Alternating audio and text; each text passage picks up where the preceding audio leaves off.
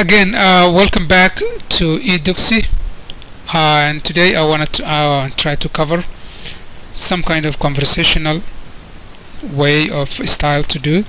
There are a couple of things we'll cover today: Subah wanaagsan, Galab wanaagsan, Habeen wanaagsan, Maalin wanaagsan.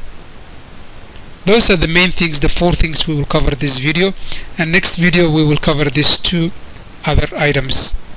Okay, that's very important as well. So what does it mean, Subah wanaagsan?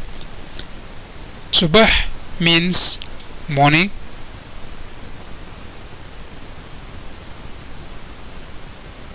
okay. Galab means afternoon,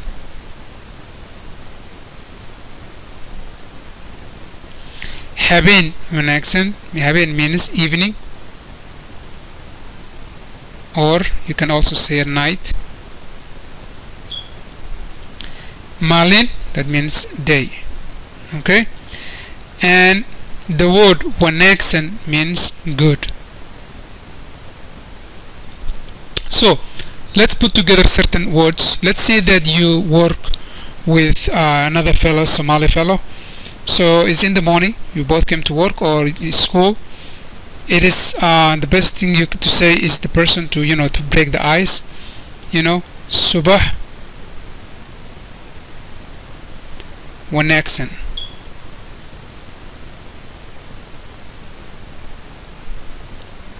Meaning good morning.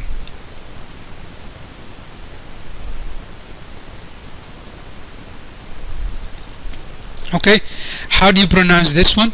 Well, the way we pronounce this one is Subah.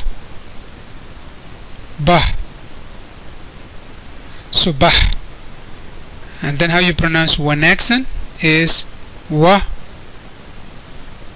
nag san.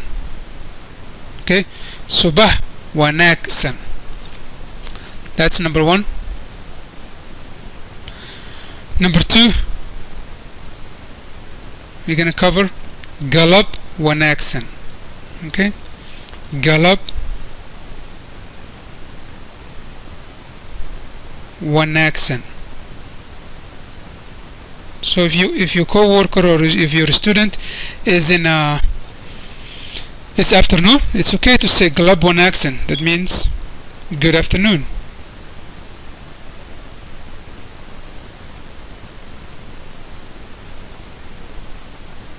Okay, how you pronounce this is Galab, that means ga lab. Okay, same thing again, wa nag san. Okay, Galab wanaagsan. Okay, number three, Habeen wanaagsan. Habeen, you're gonna say ha ven wanaagsan.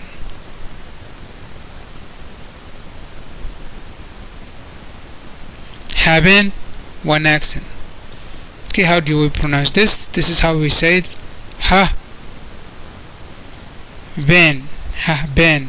Okay, habeen wa nag san. Habeen wanaagsan. Habeen wanaagsan. Okay, that's number three. Number four is Maalin wanaagsan. Okay, our number four today what we're covering is Maalin wanaagsan.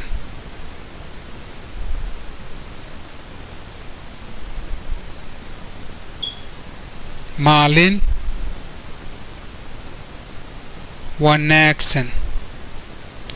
How do we pronounce? Maalin wanaagsan.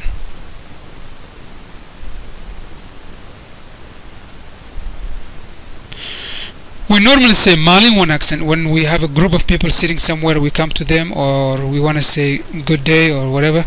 That's how we say Maalin wanaagsan. That means good day.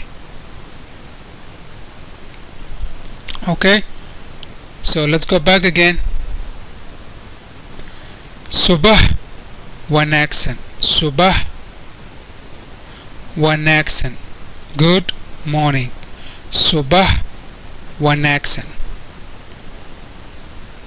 Galab wanaagsan, good afternoon. Galab wanaagsan. Galab wanaagsan, good afternoon. Habeen wanaagsan. Habeen wanaagsan. Habeen wanaagsan, good evening or good night. Habeen wanaagsan, good evening or good night. In Somali we say either or. Habeen wanaagsan, good evening or good night. Habeen wanaagsan. And the final one is maalin wanaagsan. Maalin wanaagsan, good day. Maalin